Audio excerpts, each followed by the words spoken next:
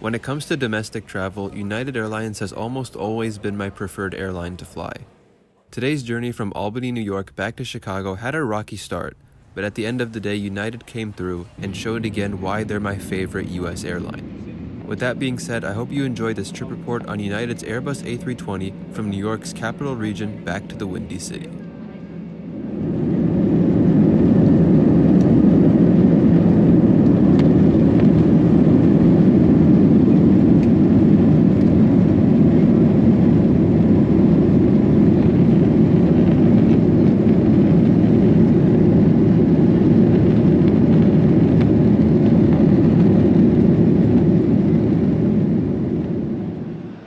As of 2019, Albany was the fourth busiest airport in New York State, following Buffalo, LaGuardia, and JFK.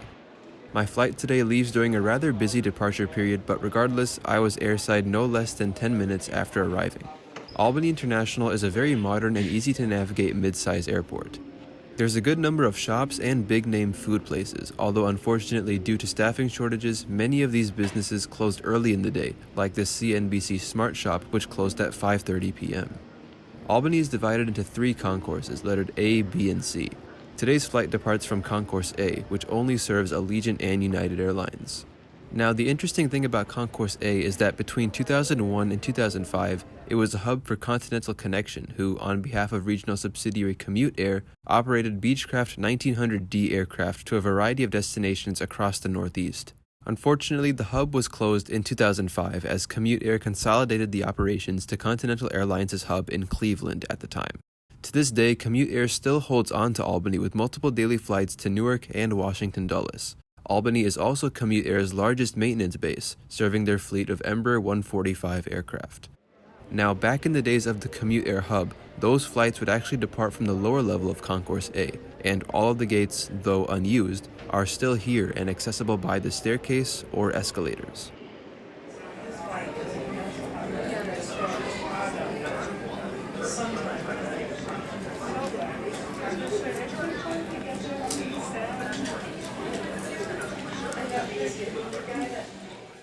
So even before getting to the airport, this journey home was already off to a rough start. It all started when I received a text from United saying that my flight would be departing roughly 30 minutes late. Out of curiosity, I checked my aircraft on Flight Radar 24 to see what was going on. The aircraft pushed back slightly late and taxied to the runway without issue. But once it turned onto the runway, instead of taking off, it turned the other way, exited the runway, and then sat at the threshold for almost 45 minutes. Finally, after whatever issue the aircraft experienced was resolved, it took off around 3:30 p.m., 90 minutes late. Impressively enough, the crew made up quite a bit of time on the way into Albany, and our plane landed just 53 minutes late.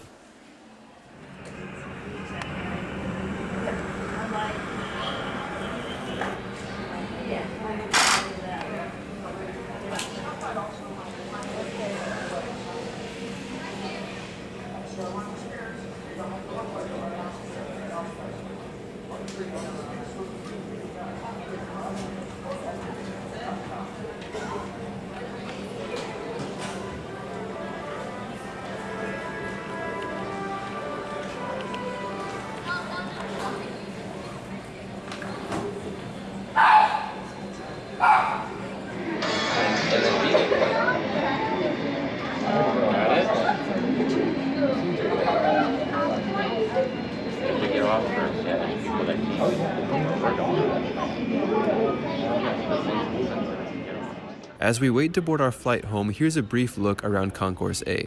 The concourse is essentially just one big room with 4 different gates. However, there are plenty of seats available, that too with charging stations. Concourse A is also filled with artwork. This epic piece is called Biography and was made by Steven Seagal between 2008 and 2013. There's a brief glimpse at the lower level of Concourse A, where all the former Commute Air hub gates remain unused.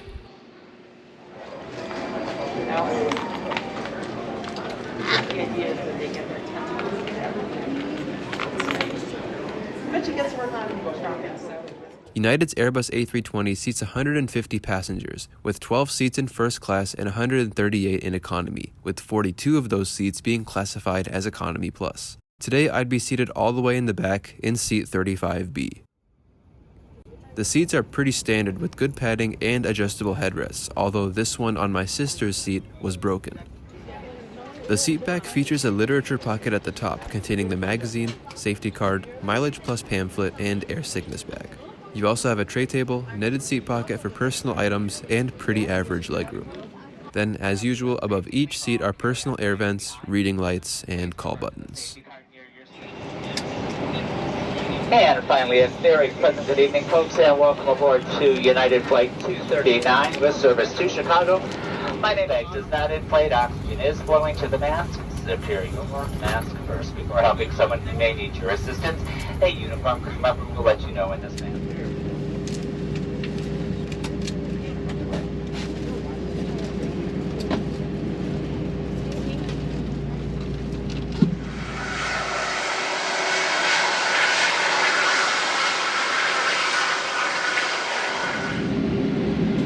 Hold it straight, yeah, good.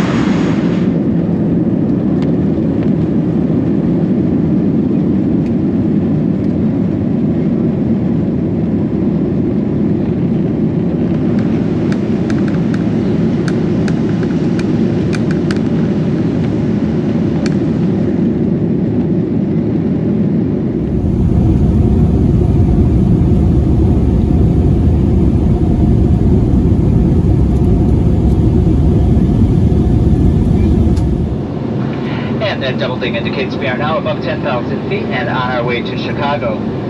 We would like to take this opportunity to thank each and every one of you for choosing United today.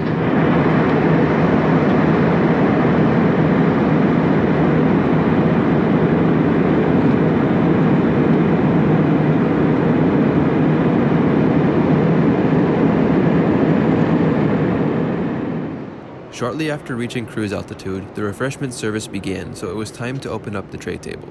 These tables are extendable, and I always thought it was pretty funny how they have two places to put your cup as opposed to just one. My table was also a little stiff, but it didn't bother me that much.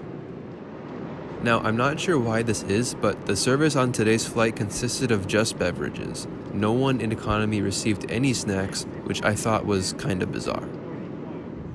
All of United's mainline fleet features in-flight Wi-Fi. However, most A319s and A320s don't have power outlets, so if your device runs out of battery, you'll probably have to resort to the magazine for entertainment, which is good because kids these days need to read more books. When it comes to personal device entertainment, internet access is $8 for Mileage Plus members and $10 for everybody else. You can send messages for free and also stream shows from the United app. As usual with US carriers, there's a very good selection of shows to choose from. You can also play games in the United app, and the cool thing is you don't even need Wi-Fi or to be on a United flight to play these.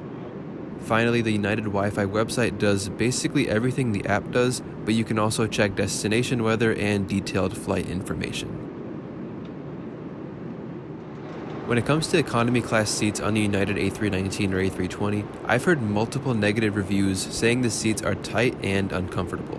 I'm about 6 feet tall, and even with my bag in front here in the middle seat, I didn't feel uncomfortable at all.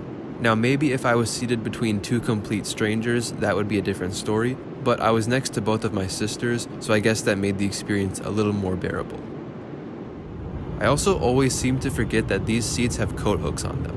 I doubt anyone uses these, but it's such a cool and unique feature, especially here in the US. Now there's two really cool things about flights like this between the northeastern United States and Chicago. The first is that we fly past 4 of the 5 Great Lakes: Lake Ontario, Lake Erie, which we're currently flying over, Lake Huron, and Lake Michigan. Unfortunately, Lake Ontario and Lake Huron would only be seen from the other side of the aircraft. The second cool thing is that we actually transit through Canadian airspace for about 25 minutes before entering back into US airspace. What is it then? A place.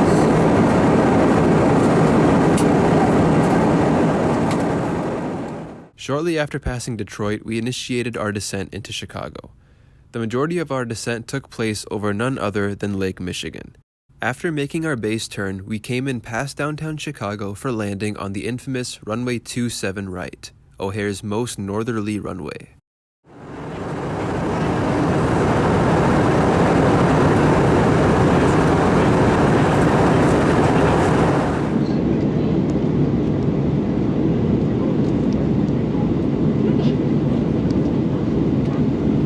If you look directly left, you'll see a very nice view of our skyline and downtown Chicago.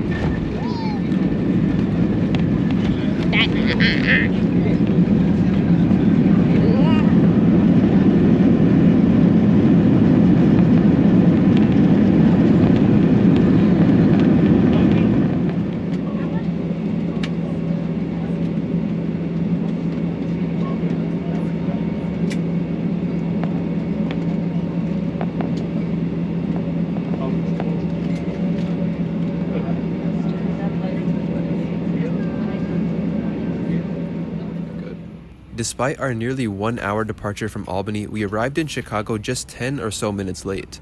I was very impressed by just how efficient the United crew was tonight, in addition to being very friendly as usual. Overall, the flight was good with a decent seat and good entertainment options. The only negatives on today's flight was, of course, the late aircraft arrival at Albany with no explanation as to why that happened. Also, the lack of snack service, which, to be honest, I didn't really mind, and also the lack of power outlets, which is a recurring issue with the A319 and A320 fleet. But as some good news, over the coming years, United will retrofit their entire mainline fleet, not just with power outlets, but also in-flight entertainment screens. So that's something to look forward to. Thank you very much for joining me on this experience today. If you enjoyed the video, feel free to leave a like, comment with any feedback, and subscribe if you're new to my channel, as I have plenty of exciting videos to share very, very soon. With that being said, take care everyone, and I'll see you next time.